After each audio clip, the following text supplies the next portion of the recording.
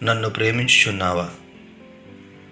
పరిశుద్ధ గ్రంథంలో వ్రాయబడిన ఈ ప్రశ్నను దేవాతి దేవుడైన క్రీస్తు ప్రభువు వారు తన శిష్యుడైన పేతురు గారిని, యోహాను కుమారుడైన సీమోను నన్ను ప్రేమించుచున్నావా అని అదే సందర్భంలో వెంటనే 3 సార్లు ఈ ప్రశ్నను వేయచ్చు తనను ఎంతగానో ప్రేమించిన పేతురు గారికి ఒక బాధ్యతను గుర్తు చేస్తున్నారు.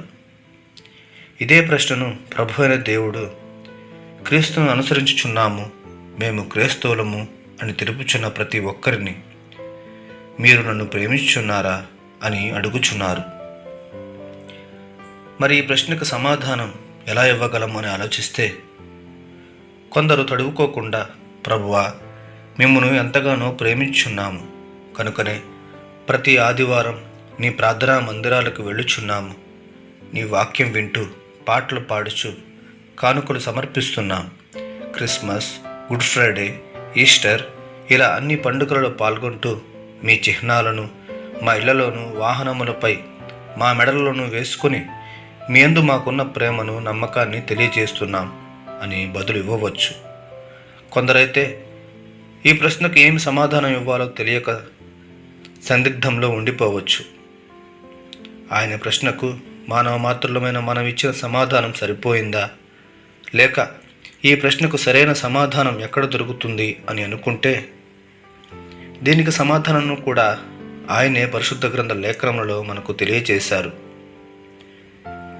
యేసు, ఒకడు నన్ను ప్రేమించిన ఎడల వాడు నా మాట గైకొనును, అప్పుడు నా తండ్రి వానిని ప్రేమించును, మేము వాని యొద్దకు వచ్చి వాని యొద్ద నివాసము చేతుము. పై వాక్యంలో తనను ప్రేమించువారు తన మాటను విను మాత్రమే కాక వాటిని గైకొని వాటి ప్రకారం జీవించువారు అనే అర్థంను తెలియజేస్తున్నాయి. మరి ఆయన మాటలు పొందుపరచబడిన పరిశుద్ధ గ్రంథంను చదువుతున్నప్పుడు, దైవజనులు మనకు బోధించున్నప్పుడు వాటిని మనం స్వీకరించున్నామా లేదా అని గమనించుకోవాలి.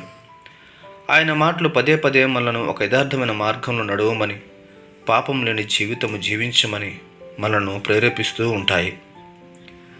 యెహోవాను ప్రేమించు వారలారా, చెడుతనమును అసహించుకునుడి అని దేవుని వాక్యము ఖచ్చితంగా తెలుపుతుండగా, ఆయనను ప్రేమించున్నాము అని పలుకుచున్న మనం ఈ చెడుతనమునకు దూరంగా ఉంటున్నామా, లేక లోకంలో ఇష్టానుసారంగా జీవిస్తున్న వారి వలె నడుచుకుంటున్నామా అని మనల్ని మనం పరిశీలించుకోవాలి.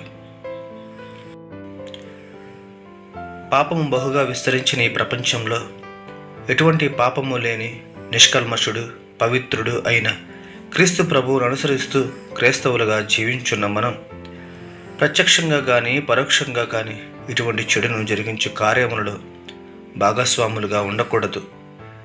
మన ఆలోచనలు కానీ, చేసే పనులు కానీ, మాట్లాడే మాటలు కానీ, చూసే దృశ్యాలు కానీ, వినే సాహిత్యం కానీ మంచిని పెంచేవిగా ఉండాలే కానీ చెడును ప్రోత్సహించేవిగా, చెడును కలిగించేవిగా ఉండకూడదు.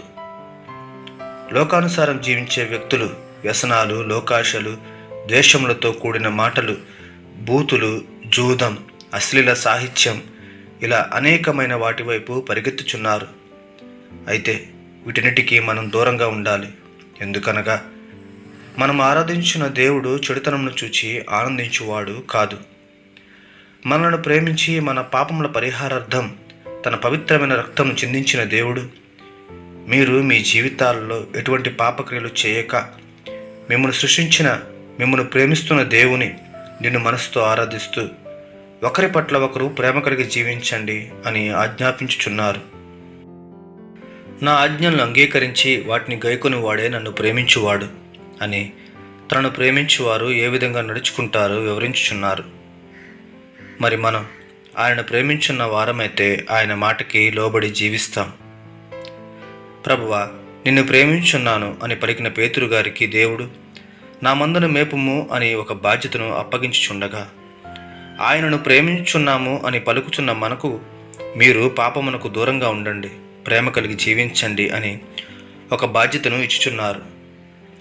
పేతురు గారు దేవుడు తనకిచ్చిన బాధ్యతను చివరి దశ వరకు కొనసాగించారు. మరి మనం కూడా దేవుడు మనకిచ్చిన బాధ్యతను చివరి వరకు కొనసాగిస్తూ సమాజంలో మంచి స్వభావము, మంచి నడవడిక కలిగి క్రీస్తు మన పట్ల చూపిన ప్రేమను ఇతరుల పట్ల కనపరుస్తూ నిజమైన క్రీస్తును ప్రేమించు వారులాగా ఆయన నిజమైన సాక్షులుగా జీవిద్దాం. ప్రభు అయిన దేవుడు మనకు తోడై ఉండునుగాక. ఆమేన్.